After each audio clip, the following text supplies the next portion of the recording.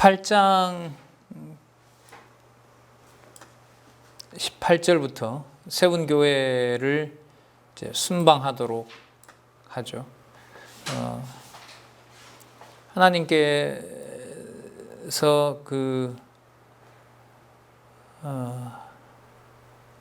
바울을 이방 사도로 부를 때와 또 다른 지역으로 이방 지역으로 파송하는 과정을 지켜보더라도 우리가 보통 일을 처리해 나가는 어떤 그런 일반적으로 순조롭게 되는 그런 게 아니죠. 지금 사도행전을 보면 사도들의 행전이 아니라, 그래서 사도행전을 읽어본 많은 이제 이 선교사들이 꼭 이 사도행전 읽잖아요. 뭐 수십 번을 읽는데 사도들의 행전이 아닌 거죠. 성령 행전이다 보통 이렇게도 얘기하는데, 바로 성령께서 그렇게 하시고 좀 더 깊이 들어가서 보면 우리 방식대로 하지를 않습니다. 우린 그걸 구약에서 너무나 이제 잘 살펴본 거죠. 자, 돌아오는 길에 순방을 하고 에베소에서 교회를 설립하는, 이건 아시아 지역이기도 한데요. 지난번 아시아 지역을 순방했을 때는 가보지 않았던 바로 에베소에서 교회를 설립하는데, 여기서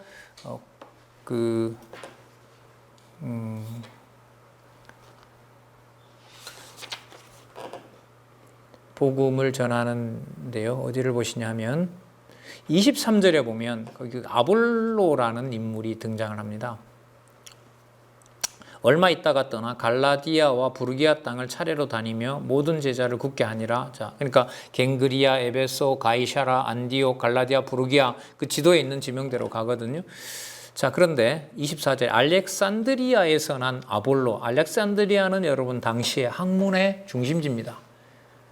모든 그 학자들이 가야만 되는 곳, 당시 알렉산드리아에서 난 아볼로라는 유대인이 에베소에 이른. 이 사람은 학문이 많고 성경에 능한 자라. 그런데 그가 일찍 주의 도를 배워 열심으로, 이때 주는 여호와입니다. 여호와의 도를 배워 열심으로 예수에 관한 것을 자세히 말하여 가르치나 요한의 세례만 알 따름이에요. 예수 그리스도께서 죽으시고 부활하시고 이런 걸 모르시는 거예요. 그런데도 뭘 전하고 있는 거예요? 복음을 전하고 있다는 거예요. 참 묘하죠, 이 상황은. 열심히 전하는데 아직 바깥에만 도는 거예요, 계속. 자, 그런데 여러분 거기에 누가 가냐 하면 브리스길라와 아굴라죠. 예, 예. 자, 거기에 뒤에 가면 나오나요? 예. 자, 27절에 보면 아볼로가 아가야로 건너가고자 하니, 26절에 담대히 말하기를 시작하거늘 브리스길라와 아굴라가 듣고 데려다가 하나님의 도를 더 자세히 풀어 가르쳐 줍니다. 그 대학자한테 이른바 그 평민이, 그 장막 짓는 평민이 가서 그게 아니고요, 교수님. 이게 이런 거예요. 이런 거예요. 자, 어디로 가기 전에? 고린도로 가기 전에. 그래서 고린도에 가서 바울이 떠나온 고린도에 아볼로가 가서 뭐가 돼요? 그 교회 강론자가 되는 거예요. 그래서 거기서 고린도 교회, 고린도 전서에 나타나는 파벌이 생기는 거예요. 나 바울한테 들었는데, 아니, 나 아볼로한테 더 자세히 들었어. 그 사람 대학자야. 바울은 증명서도 없잖아, 그 사람이 사도인지 아닌지. 그런데 아볼로는 대유명한 학자로 소문이 나 있어. 누구 말이 맞겠어? 웃기는 소리 하고 있네. 난 예수님한테 바로 들었는데. 이렇게 해서 여러분 이게 불화가 일어나잖아요, 고린도 교회에. 자, 사람에게 맞춰버리면 그렇게 되는 거죠. 27절 아볼로가 아가야로 건너가고자 하니 형제들이 저를 장려하여 가라는 거죠. 제자들에게 편지하 영접하라 하였더니, 자, 이분이 갑니다. 추천서 써준 거죠. 가서 이제 전하라고. 근데 여러분 사도 바울은 뭐도 없이 왔어요. 누가 써준 추천서도 없는 거예요. 그러니까 자기가 와서 전하니까 저 봐라, 자기 목적을 가지고 온 게 아니냐. 이 고린도 후서에 또 연보와 관련된 일이 벌어지는 거죠. 28절 이는 성경으로서 예수는 그리스도라고 증거하여 공중 앞에서 유력하게 유대인의 말을 이기밀이라. 학자니까요. 유대인들이 이런 변론 속에서 다 이기는 거죠. 자, 그 다음에 에베소에서 세례를 주고, 사도 바울이죠. 꽤 강론을 오래 합니다. 여기서 보면 처음에는 일단 3개월을 해요. 8절에 보면 6절에 바울이 그들에게 안수하매 성령이 그들에게 임함으로 방언도 하고 예언도 합니다. 징조가 일어나고요. 성령이 임한 모두 12사람쯤 되니라. 바울이 회당에 들어가 3달 동안 담대히 하나님 나라에 강론하며 권면하되 어떤 사람들은 마음이 굳어 순종치 않고 무리 앞에서 이도를 비방하고 바울이 그들을 떠나 제자들을 따로 세우고 두란노 성원에서 날마다 강론하는데 2년 동안 그렇게 합니다. 고린도 교회에는 지금 자기가 1년 6개월 동안 있으면서 전하고요. 거기에 누가 가요? 아볼로가 가서 복음을 전하고 본인은 그 헬라 반도를 저 위쪽으로 돌아와서 다시 아시아에 와서 에베소에서 처음에 3개월 전했을 때는 뭐가 갈려져요? 들을 자를 골라내는 일이고 들을 자를 골라낸 이후에 뭐 하게 되는 거예요? 2년 동안 집중적으로 보통 강론하는 방식으로 보면 아침부터 저녁까지 오는 자들에게 구약 전체를 아마 띄었겠죠. 그 구약 전체를 가지고 강론을 했던 거죠. 예. 참 상황을 좀 상상해 보면 참 즐거웠던 시간을 보냈겠다. 이 밖에 없던 동안에 한 2년 동안에 그냥 눈만 뜨면 뭘 공부하니까요. 말씀 들으러 가니까 얼마나 좋았겠어요. 또 여러분 에베소가 제2의 로마였거든요. 아시아에서 가장 살기 좋은 곳이었고요. 아마 좀 가장 행복했던 시간들 중에 들어가지 않겠냐 이런 상상이 가는 곳이기도 해요. 자, 그러면서 그 마술사들을 귀신이 알아보고 쳐내는 일을 합니다. 19장 13절 재밌는 일이 생기는데요. 자, 볼게요. 이에 돌아다니며 마술하는 어떤 유대인들이 시험적으로 악기 들린 자들에게 대하여 주 예수의 이름을 불러 말하되 그 사도 바울이 그런 표적을 일으키니까 자기도 해보겠다고 이제 예수님 이름을 파는 거죠. 주 예수 이름을 불러다 말하되 내가 바울이 전파하는 예수를 빙자하여 너희를 명하노라 하더라. 유대의 한 제사장 스게와의 7 아들도 이 일을 행하더니 악기가 대답하여 가로되 야 이놈들아 예수도 내가 알고 바울도 내가 알거니와 니 누구냐 이것들은 니들 사기꾼 아니냐. 그러니까 누가 누구를 알아서 처리해요? 예? 악기가 귀신이 사기꾼들을 처리해요. 이것도 성령의 사역 맞아요? 장로님? 맞죠? 알 수가 없어요. 그러니까 우리나라 그 진짜 미신 많았었잖아요. 복음 들어오기 전에.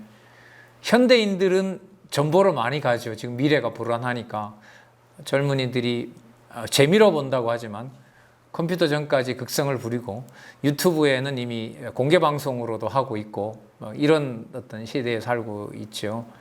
사실 미래를 모르는데 미래를 아는 듯이 얘기한다는 것은 현재의 정해놓은 대로 섭리하시는 여호와에 대한 신앙이 없으면 누구라도 마음이 가는 거죠. 뭐 재미로 봤어라고 하지만 그게 그렇습니까? 그죠? 사람 마음을 귀신, 악기가 알아서 그것까지 처리해버리는 일들이 벌어집니다. 자, 그러면서 여기에 처음으로 무슨 얘기가 나오냐면 20절 보세요. 이와 같이 주의 말씀이 힘이 있어. 자, 주의 말씀이 힘이 있어. 말씀 운동이죠? 예, 히브리서 4장 12절에 나오는 말씀 운동이라는 것하고 똑같은 맥락입니다. 주의 말씀이 힘이 있어 흥왕하여 세력을 얻으니라. 말씀 운동하는 거죠. 자, 21절 이 일이 다 된 후 바울이 마게도니아와 아가야로 다시 가고자 합니다. 예루살렘에 가기를 경영하여 가로되 내가 거기 갔다가 후에 어디로? 로마도 보아야 하리. 여기서 이 로마 얘기가 나오는 거예요. 그런데 하나님께서 로마 가려는 소망을 주셨는데 누구 방식대로 해요? 하나님 방식대로 해요. 처음에 불렀던 대로 편안하게 가야 돼요? 아니면 고생하면서 가야 돼요? 고생하면서 가도록 되어 있죠. 그렇게. 그리고 이방 왕 앞에 반드시 서야 되죠. 그것도 다 약속되어 있는 겁니다. 그 일이 자 이제 헬라와 아시아를 순방한 후에 일어나게 됩니다. 그래서 우리 좀 지나가서요. 예루살렘 성으로 올라가는 데서부터 살펴보도록 하겠습니다. 20장 여기 볼까요? 20장 17절에 헬라와 아시아를 순방하고 난 다음에요. 그 다음에 예루살렘에 입성합니다. 20장 17절에서부터 한번 보면은 가는 길에 그 에베소 장로들을 부릅니다. 드로아로 나오라고 그러죠. 가면 밀레도죠. 밀레도에서 그 에베소 교회에 있는 장로님들, 그러니까 아까 3년 3개월 하고 2년 동안 집중적으로 가르쳤기 때문에 이게 아주 든든한 교회가 선 거죠. 그 나중에 에베소에다 편지도 보내고 하지만은요, 거기에 이제 그 교회의 선배들을 부릅니다. 직접 안 갑니다. 그곳에 가서 대접하고 거기다 그야말로 노회장이나 총회장 시킬까봐 자기는 예루살렘으로 가야 되기 때문에 마다하고 그러면서 순수하게 복음이 전해졌다라고 얘기를 합니다. 그리고 얘기합니다. 앞으로 교회에 환란이 다가온다. 아주 그 이리들이 이 교회를 자 28절에 보면 너희는 자기를 위하여 또는 양태를 위하여 삼가라. 성령이 저들 가운데 너희로 감독자로 삼고 하나님이 자기 피로 사신 교회를 치게 하셨느니라. 29절에 보면 흉악한 이리가 온다고 얘기를 하죠. 자, 그 다음에 31절에 보면 너희가 일깨어 내가 3년이나 밤낮 쉬지 않고 눈물로 각 사람을 훈계하던 것을 기억해라. 그러니까 아까 2년 하고 아까 3개월 하고 전체에서 3년 동안을 에베소에다가 집중한 거죠. 그러니까 어떻게 이렇게 보면은요, 다른 얘기를 하지 않고 계속 성경을 가르쳤을 텐데요. 그 사도 바울도 하나님이 하신 거 보면 아라비아 광야에 가서 한 13년 성경 공부하게 하거든요. 그러니까 집중적으로 성경을 공부하게 하는 과정이 필요해요. 우리 과정도 뭐 시간만 하더라도 한 1000시간 정도 되잖아요. 그렇게 보면 좀 신중하게 이 과정을 안내할 필요가 있겠다 이런 생각이 들어요.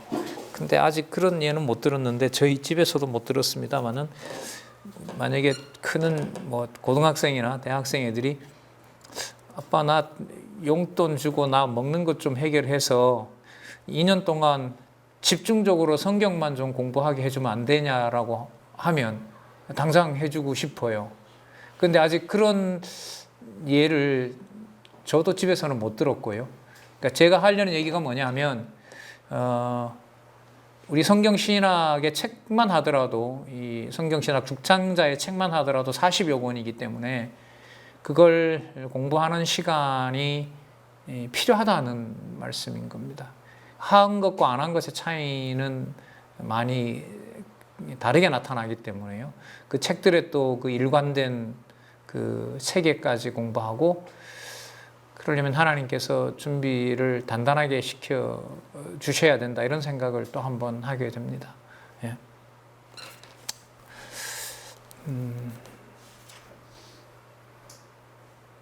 그래서 그 하나님께서 사도 바울에게 모본 보인 얘기까지 하죠. 35절에 범사에 너희에게 모본을 보였으니 또 이같이 수고하여 약한 사람들을 돕고 주 예수의 친히 말씀하신 바 주는 것이 받는 것보다 복이 있다. 마태복음 10장 18절에 유명한 구절 있잖아요. 거저 받았으니 거저 주라 그런 말씀. 그 요한계시록 21장에 값없이 와서 생명수를 마시라고 하는 것하고 더 관계가 되는 겁니다. 자, 12장 4절에 보면 이 12장 4절 보세요. 제자들을 찾아 거기서 이래를 머물더니 그 제자들이 성령의 감동으로 바울더러 예루살렘에 들어가지 말라. 왜? 가면 거기 죽습니다. 환란이 기다립니다. 그러니까 여기 보면 표현이 성령 감동이라고 했죠. 그냥 성령께서 알려주신 거예요. 사도 바울이 가면 뭐 한다? 죽을 수도 있다. 그러면 누구라 하더라도 가라고 하겠어요? 가지 말라고 하겠어요? 가지 말라고 하죠. 또 이 표현이 성령 감동으로 되어 있잖아요. 그러니까 그 사단이 준 게 아니라요. 성령께서 보여준 거예요. 그러면 사도 바울 역시도 또 어디에 감동한 사람이에요? 성령에 감동한 거 아니에요. 예? 근데 사도 바울은 예루살렘에 가고 싶은 거잖아요, 지금. 그죠? 예루살렘에 가고 싶은 거예요. 가서 사도들로 만나야 되고, 보고하고, 형제들 부조한 것도 확인하고, 그 다음에 로마로 가고 싶은 거예요, 거기에서. 그러면 여러분, 성령이 감동했는데, 성도들은 가지 말라고 그러고, 성령 감동함을 받은 사도 바울은 간다고 그러고, 그럼 이 같은 성령이에요? 다른 성령이에요? 근데 같은 성령인데 왜 다르게 행동하도록 해요? 여러분, 바로 이게 우리가 가진 어떤 생각의 한계예요. 여기서 더 밀어붙이면 안 돼요. 니만 아냐? 나도 알아 이래버리면 끝난 거예요. 거기서. 여기서 분쟁이 생기거든요. 근데 여러분 진짜 놀라운 얘기라고 저는 보는데요. 이 성령의 어떤 사역을 보고 어떻게 보면 아까 지도자들도 서로 싸우게 했잖아요. 잘 화합되는 거 하면 또 싸우기도 하고, 지금 여기 보면 같이 성령으로 감동되어 있는데 한 사람은 성령 감동으로 가지 말라고 그러고, 한 사람은 성령께서 가라고 하는 길이기 때문에 나는 로마를 반드시 봐야 된다 그러고, 그 누구 말이 성령에 감동된 건지 어떻게 판단을 해요? 그 사람은 밸런스에 따라서 그러나 나타나는 현상은 서로 부딪혀요. 정반대가 되는 거예요. 근데 그 사건이 둘이 잘못하는 것이 아니라 누가 주관하는 거예요? 성령께서 주관하신다는 거예요. 이걸 놓치시면 안 돼요. 그러니까 현상적으로는 뭐예요? 성령이 불화하게 하는데 서로 의견 일치가 일어나지 않는데 그까진 거죠.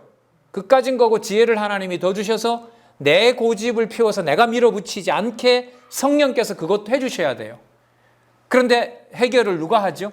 사도 바울이 하는 것이 아니라 성령께서 하시죠. 누구의 마음을? 바울의 마음을 죽어도 나는 예루살렘으로 가게 하겠다라는 걸로 이끌어가는 거예요. 누가 하시는 거죠, 이게? 성령께서 하시는 거예요. 대립으로 갔다가 마무리도 누가 하세요? 성령께서 하시는 거죠. 그래서 우리가 인간적으로 생각을 하면 좀 지나보고 나면 그때 그 일을 하나님께서 하셨다 이런 말을 하게 되는 거예요. 그러나 지금 우리가 보는 일은 이건 현장인 거예요. 성령께서 두 사람의 의견 일치가 일어나지 않도록 하는 거예요. 13절에 볼까요? 21장 13절에 자기 고집대로 가지 않는다는 걸 사도 바울에게 다시 한번 확인해 주죠. 바울이 대답하되 너희가 어찌하여 울어 내 마음을 상하게 하느냐. 이게 다 성령께서 소통하는 방법이에요. 가지 말라고 하는데 사도 바울이들 당신들이 이러면 안 된다 이게 아니잖아요. 나는 주 예수의 이름을 위하여 결박을 받을 뿐 아니라 예루살렘에서 죽을 것도 각오하였노라. 사도 바울 부를 때 이미 약속되어 있죠. 뭘 항상 받기로 되어 있어요? 해를 항상 받기로 되어 있죠. 저가 권함을 받지 아니하므로 우리가 주의 뜻대로 이루어지이다 하고 그쳤노라. 이것도 성령께서 수습하시는 거예요. 그러니까 어떤 상황이 감정이 끝까지 올라가서 막 밀어붙이면서 일이 처리되느냐, 인간적으로는 수긍할 수 없는 거지만 따박따박 성령께서 해가시는 일로 깨닫게 해주시느냐, 이 차이는 큰 거예요. 그걸 누가 하신다고요? 성령께서 하세요. 그게 너무너무 중요하고, 성경의 바탕을 뒀을 때 이런 상황에서 이런 말씀들이 생각나게 하시면 안정된 상황에서 내한테는 납득이 되지 않지만 정한 뜻대로 마음이 평안해지는 거고요. 쉽게 말하면. 아니면은 계속 아쉬움과 봐라 내 말 안 들어서 저렇지라는 인간 중심 얘기를 하게 되는 거죠. 하여튼 많은 생각을 하게 한 부분입니다. 자, 예루살렘에 가는 것은 바로 어디로 가기 위한 여정이었던 거죠? 로마로 가기 위한 여정이었다는 거. 자, 한번 보도록 할까요? 자, 여러분 예루살렘에 가서요. 아까 사도 바울을 부를 때 무슨 약속을 했었죠? 이방인들 앞에도 서고 왕들 앞에도 선다 그랬죠. 근데 이제까지 여정에 보면 많은 왕들 앞에 선 적이 없죠. 근데 그걸 어디 가서 서게 되냐면 가이사랴 빌립보에 가서 여기서 몇 년을 있냐 하면은요. 이것도 좀 흥미로운 내용인데 그 에베소 같은 경우에 3년 있었고 그 아가야 반도에서는 1년 6개월 18개월을 있었잖아요. 18개월을 있었고 그 가이사랴 빌립보죠. 가이사랴 빌립보에서는 여기서는 2년을 있게 됩니다. 네. 가이사랴에서 시돈에서 이렇게 이제 출발하게 되는데요. 자, 예루살렘에 일단 도착합니다.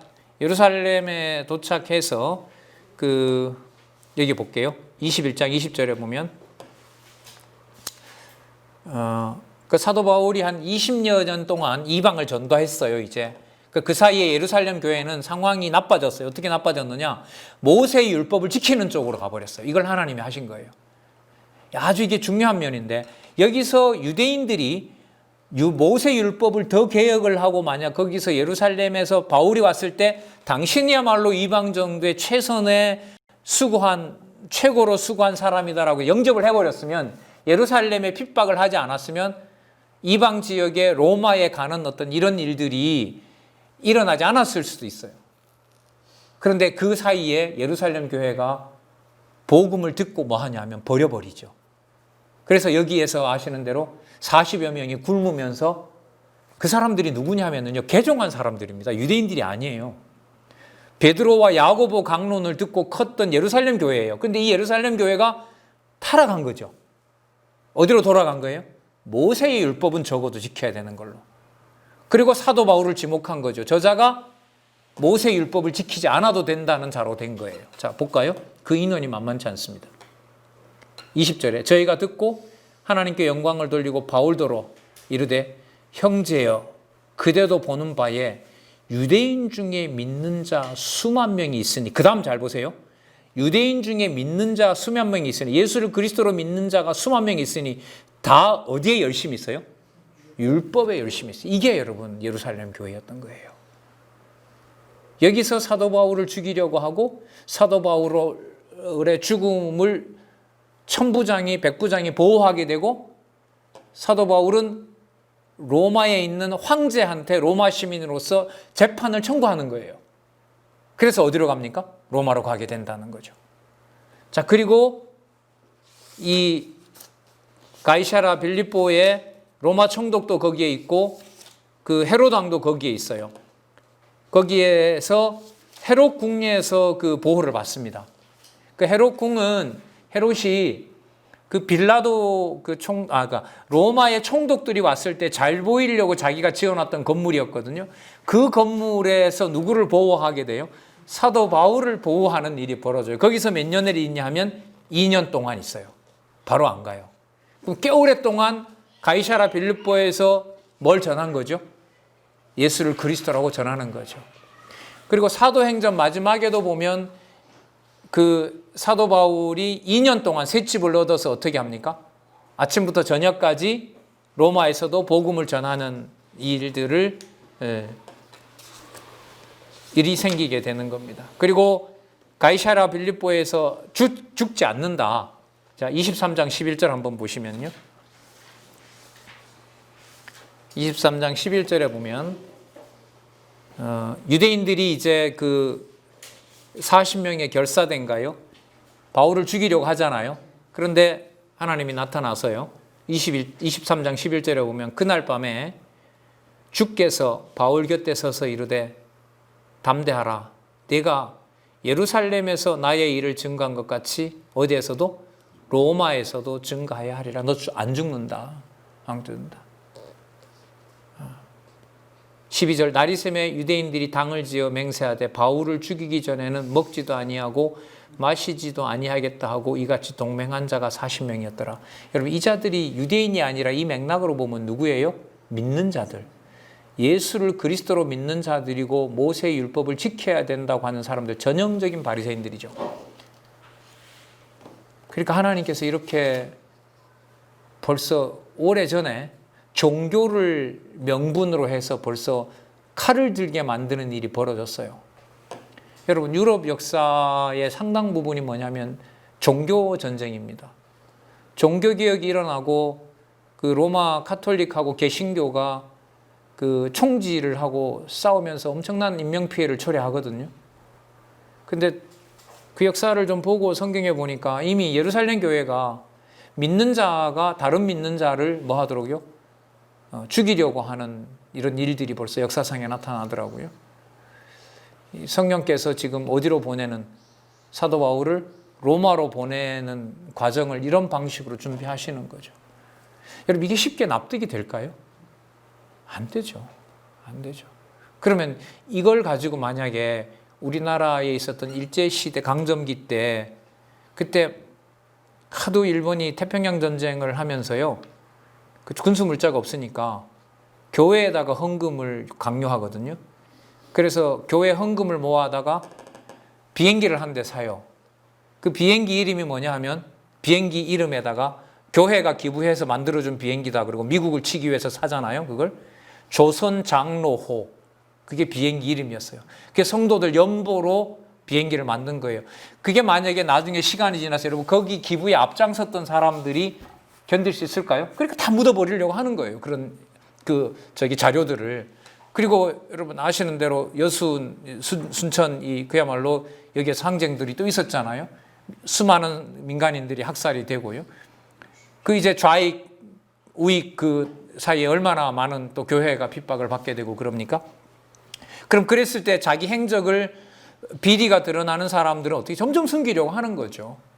근데 그 모든 역사를 교회사 안에다 넣어버리면 지금 이 일처럼 누가 섭리해 가시는 거죠? 주어가 누가 되는 거예요? 성령께서가 돼요. 이걸 강요해서 믿을 수가 있겠냔 말입니다. 진짜 말씀 공부 아니면 젊은 세대를 그냥 지난다는 것은 불가능합니다. 어설프게 가르쳐주면 오히려 나중에 더 많은 반발이 생기는 거기 때문에, 그래서 이렇게 보면 사도행전도 차근차근 가르쳐주면 우리 세대들한테 역사를 보는 눈과 미래를 보는 눈이 아주 맑아진다고 생각을 해요.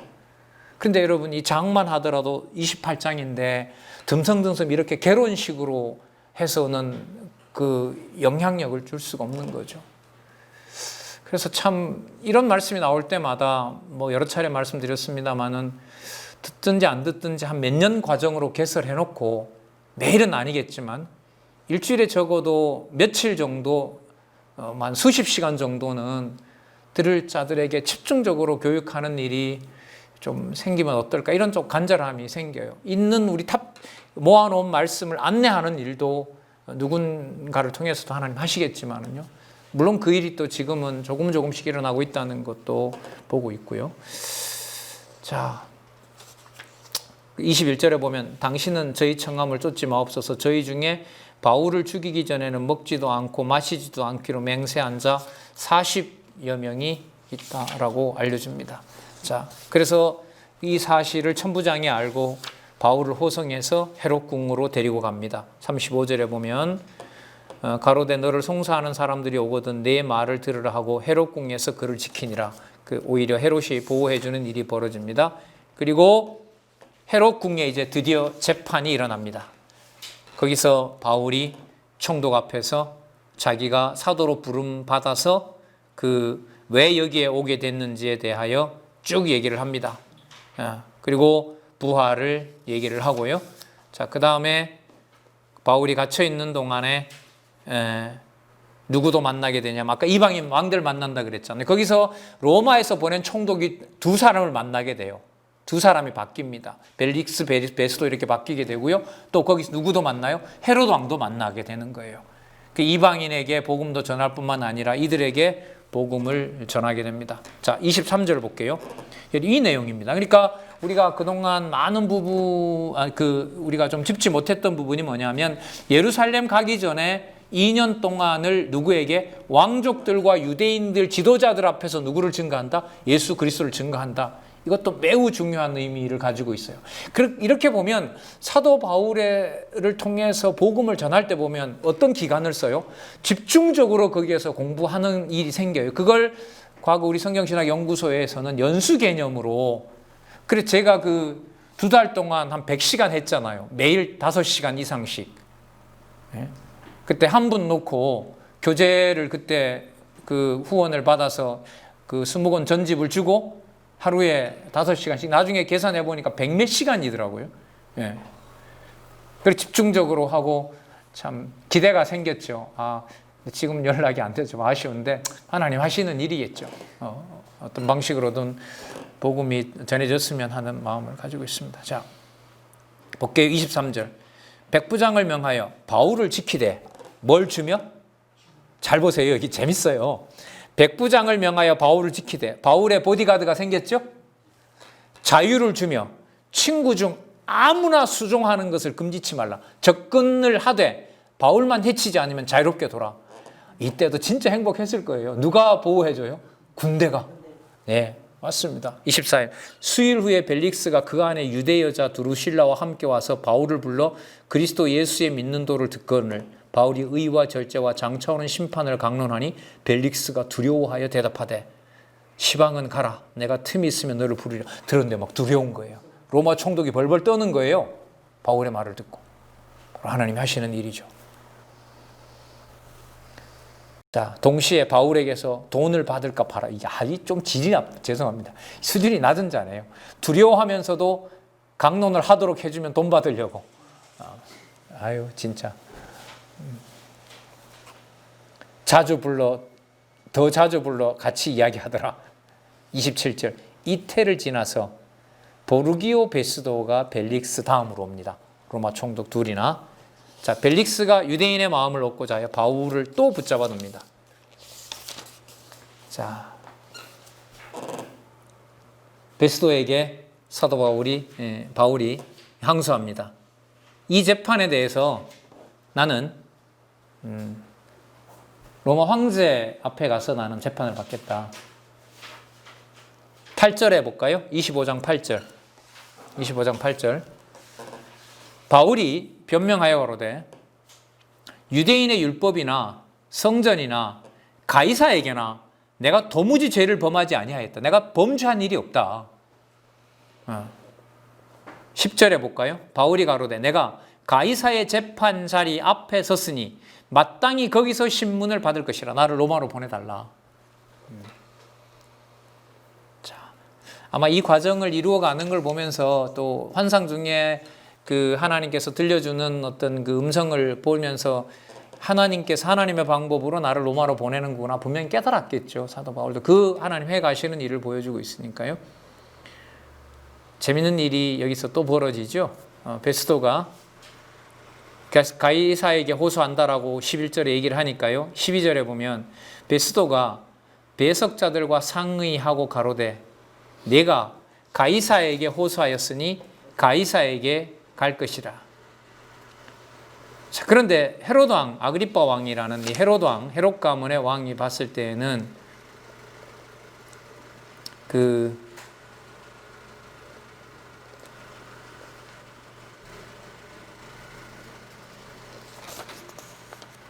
25장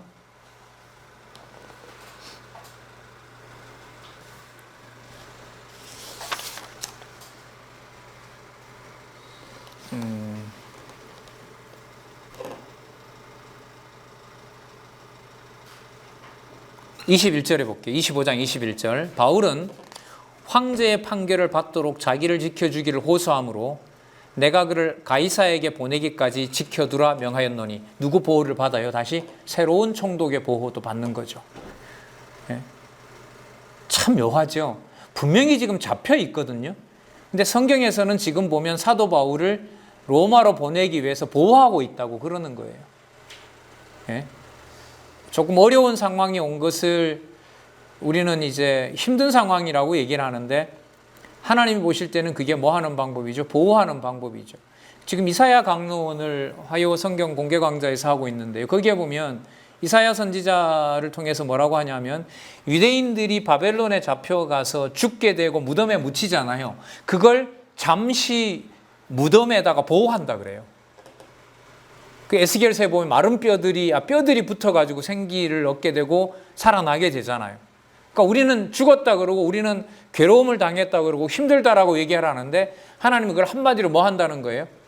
내가 보호하고 있다 이렇게. 어제 살펴봤죠.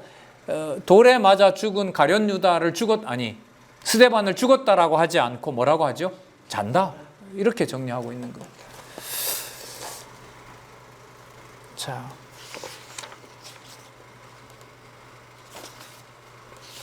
바울의 이제 로마 행이 확정되는데요. 26장에 가면 헤로드 왕 앞에 아까는 이제 로마 총독들에게 앞에 서서 변증을 했다면은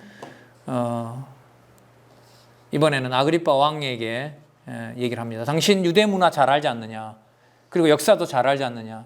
그리고 내가 하는 말도 당신이 들었고 예수의 부활도 다 증명된 거 아니냐? 자, 그렇게 변명을 합니다. 그리고 그 앞에서 복음을 쭉 전하는 내용이 26장 13절에서부터 23절까지 나타납니다. 자, 확인하겠습니다. 21절에 보면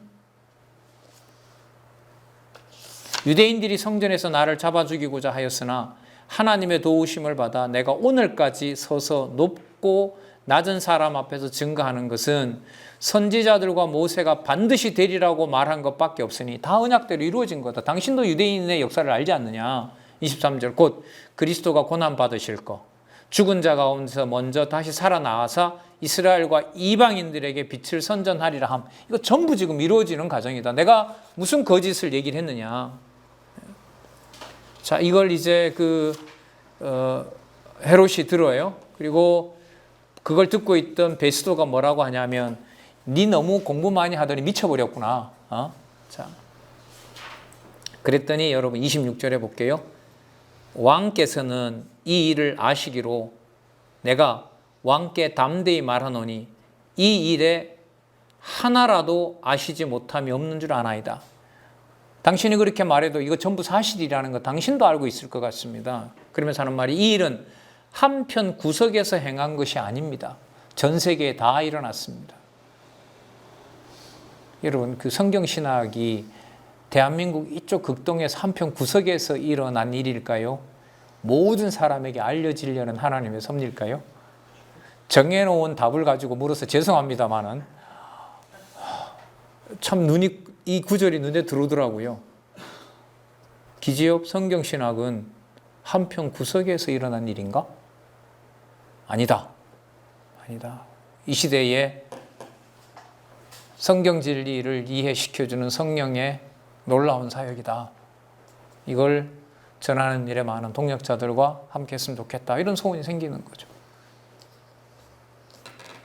자, 드디어 헤롯 왕이 너 날 그리스도인 만들려고 그러냐 짜증을 냅니다.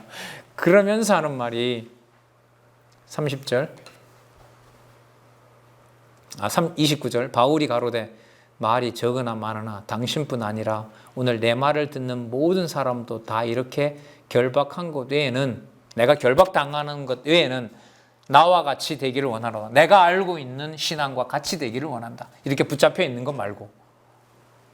진짜 이 장면을 진짜 영화로 만들어도요, 이 가이샤 장면은 굉장히 감동적일 것 같아요. 이 내용은 진짜.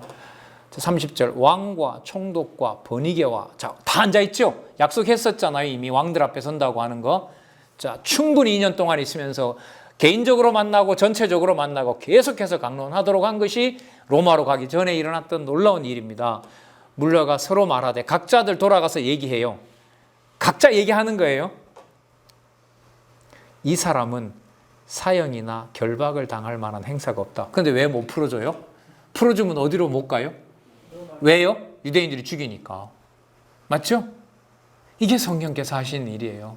여러분, 그럼 여기서 우리 이런 질문을 한번 던져볼까요? 여러분, 어디까지 좋은 일이고 어디까지 나쁜 일인지 구분할 수 있다, 없다? 없다. 단 누가 살아계신, 여호와 하나님 살아계신 것만 분명하다. 이게 우리가 얻는 최고의 지혜라고 할 수 있습니다.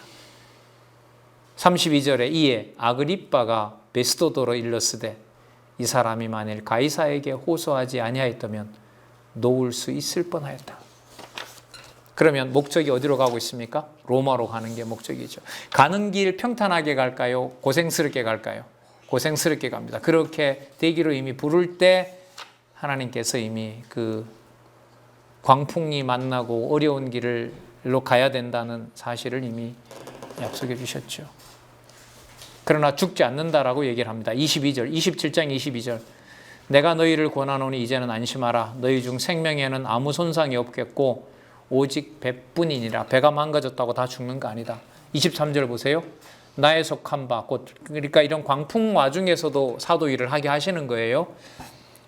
나의 섬기는 하나님의 사자가 어젯밤에 내 곁에 서서 말하되 바울아 두려워 말라. 내가 가이사 앞에 서야 하겠고 또 하나님께서 너와 함께 행선하시는 자를 다 내게 주셨다 하느냐.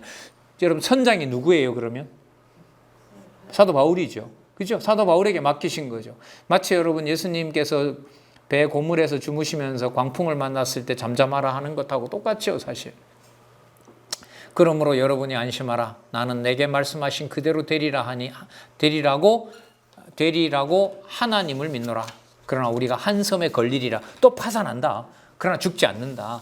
자, 그래서 로마에 입성하는 내용이 28장에 나옵니다. 가는 길에 그 요즘 우리가 몰타라 그러죠. 멜리데라는 섬에 들려서 그러니까 파산해서 죽는 줄 알았는데 가니까 뭐가 준비되어 있어요? 복음을 들을 자와 풍성한 로마로 가는데 필요한 그 많은 물자들을 실을 수 있는 대로 하나님이. 그러니까 여러분 이렇게 되나요? 그러면 배가 난파되는 것은 나쁜 거고 원주민들이 먹을 거 주는 것은 좋은 일이고 OX 누구 기준의 선악으로는 사도행전을 못 봐요? 우리 기준의 선악으로는 볼 수가 없어요. 자, 그러면 여러분 생각해 보겠습니다. 로마서에 가기 전에 사도행전에 나타난 성령께서 복음을 전하도록 하고 교회를 세워나가는 것을 우리 기준이 아닌 하나님이 하신다는 건 선명하게 수십 가지 사건을 바탕을 가지고 로마서에 가서 양육시키는 걸 보는 것하고 우리 좋은 방식대로 양육되기를 기대하면서 로마서를 보는 것하고 다 같겠어요? 다르겠어요? 엄청 다른 거예요. 어제 그런 말씀 드렸죠? 요한복음 12장에서부터 21장까지 바탕을 두고 꼭 사도행전에 들어가셔야 됩니다. 오늘도 똑같은 얘기죠. 사도행전에서 교회를 설립하시는 것을 성령께서 사도들이 다투도록 하고 형제들하고 이견이 생기기도 하고 죽을 지경인데도 나타나서 안 죽는다고 하고 모든 일을 하나님의 주권과 은혜 속에서 주관해 가시는 것을 선명하게 확인을 하고 여러 수십 가지 사건을 통해서 양육을 그러면 양육에 가서는 우리 좋은 대로 할까요? 아니겠죠. 성령께서 너무너무 그 바탕을 어떻게 보느냐에 따라서 중요한 거죠. 자, 그럼 일단 로마에 도착하는 부분을 한번 살펴보도록 할까요? 자, 로마에 도착합니다. 14절에 볼까요? 거기서 형제들을 만나 아마 기별이 갔는가 봐요. 기별이 갔죠. 왜냐하면 로마서가 그 기별이거든요. 로마서가 간다고 하는 편지를 이미 미리 보내놓은 거란 말이죠. 거기서 형제를 만나 저희와 청함을 받고 이래를 함께 유하다가 자 본성 로마로 들어갑니다. 16절 우리가 로마에 들어가니 이때 우리가는요 누가와 함께 갑니다. 그래서 이 기자인 누가로 하여금 지금 기록을 하고 있는 겁니다. 우리가 로마에 들어가니 바울은 자기를 지키는 한 군사와 함께 따로 있게 허락하더라. 자, 1차 신문을 받습니다. 자, 그 17절에 보세요. 사흘 후에 바울이 유대인 중 높은 사람들을 청하여 모인 곳에 이르되 여러분 형제들아 내가 이스라엘 백성이나 우리 조상의 규모를 배척한 일이 없는데 예루살렘에서 로마인의 손에 죄수로 내어준 바 되었으니 로마인은 나를 신문하여 죽일 죄목이 없으므로 놓으려 하였으나 유대인들이 반대하기로 내가 마지못해 가이사에게 호소하며 내 민족을 상소하려는 것이 아니로다. 이러함으로 너희를 보고 함께 이야기하고 이해하려고 청하였나니 이스라엘의 소망을 인하여 내가 이 사슬에 매인 바 되었노라. 이스라엘의 소망 주 예수 그리스도에 반드시 나타나시는 거. 장차 이스라엘도 복음을 듣게 된다는 거죠. 그러면서 볼까요? 23절. 자, 아마 재판 기일을 기다리는가 봐요. 그게 아마 군인이 지키고 있고 그게 아마 가택연금 받아서 아마 2년 동안 있는데 자유의 몸을 하나님이 허락하신 것 같아요. 어디서도 그랬죠? 오기 전에 가이사라 빌립보에서도 가이사라에서도 참 뭐라 그래야 될까요? 분명히 감금된 건데 이거는 하나님은 그게 감금이 절대로 아니다라고 가르쳐 주시는 거죠. 자, 볼까요? 뭐만 되면 자유가 있어요? 복음만 전해지면 어떤 아쉬움 없이 모든 게 다 자유로운 겁니다. 사실 저희가 일자를 정하고 그의 우거하는 집에 많이 오니 바울이 아침부터 저녁까지 강론하여 하나님 나라를 증거하고 모세의 율법과 선지자의 말을 가지고 예수의 일로 권하더라. 누가복음 24장 44절에 나왔던 구절이죠. 요한복음 5장 39절에도 나왔죠. 너희가 성경에서 영생을 얻는 줄 알고 상고하거니와 이 말씀요. 유대인들은 그런데 많이 안 들어요. 이방인들이 듣는 광경을 보고 구약의 약속이 이루어졌다고 얘기를 하죠. 30절 보겠습니다. 바울이 온 이태를 자기 셋집에 유하며 자기에게 오는 사람을 다 영접하고 담대히 하나님 나라를 전파하여 하며 주 예수 그리스도에 관한 것을 가르치되 그 많은 사람이 없었더라. 이렇게 해서 로마에 도착해서 로마에 또 듣는 유대인들에게 또 대부분은 유대인들이 배척한 유대인들이 배척한 복음을 이방인에게 전하는 말씀이 나타납니다. 오늘 우리가 확인한 이 9장에서부터 이방 사도로 바울을 불러서 그 사도들이 함께하고 예루살렘 교회와 이방 교회가 하나 되게 하시고, 그 다음에 사도들이 다투는 거, 순회하면서 에베소 교회에 3년 동안 강론한 거, 고린도 반도에 2년 1년 6개월 동안 강론한 거, 후임자 파송하는 거, 그리고 에베소 교회 성도들이 가지 말라고 하는 환상을 받았지만 또 바울에게는 다른 환상을 줘서 가게 하시는 거, 와서 이태 동안 가이사라 빌립보에 그 묶여있는 신세로서 복음 전하게 된 거, 로마로 가는 길이 순탄하지 않았지만 하나님이 준비해 놓은 길, 준비해서 가택연금과 같이 당하지만 그곳이 자유를 가지고 복음 전하게 된 거, 상황으로 보면 전부 다 쉬운 상황이에요. 어려운 상황이에요. 어려운 상황이죠. 그런데 그게 하나도 어려운 상황이 아니라 정해진 하나님의 뜻이 이루어지고 성령께서 교회를 창립하시고 설립하시는 과정이었고, 누구 방법대로? 하나님의 방법대로. 그걸 우리가 확인했습니다. 그러면 양육은 이 바탕 위에서 살펴보게 된다면 인간의 능력을 부각시킬까요? 인간의 능력을 부각시키지 못하도록 할까요? 후자겠죠. 그래서 로마서에 가서 양육인데 처음에 인간의 불의에 대한 심판부터 나오게 되는 배경이 되는 겁니다. 그걸 우리는 이미 어디서 살펴봤다? 성령께서 하신 일을 사도행전에서. 왜? 선교지 방향과 보내는 방법을 전부 누구 방법대로 한다? 하나님 방법대로 한다. 그러면 누구 방법을 못 쓰도록 한다? 인간 방법을 못 쓰도록 한다. 누구들마저도, 사도들 사이에서마저도, 사랑하는 성도들마저도, 성도들 사이에서 교제도 하나님 방식대로 교제하게 하신다. 이걸 염두에 두시면서 양육에서부터 승리까지 하나님이 하신다는 사실을 확인해 가도록 하겠습니다. 자, 그래서 8113 교회 양육을 통한 성취, 로마서부터 또 살펴보도록 할게요. 자, 우리 한 15분부터 교회 양육을 통한 성취 부분 살펴보도록 하겠습니다.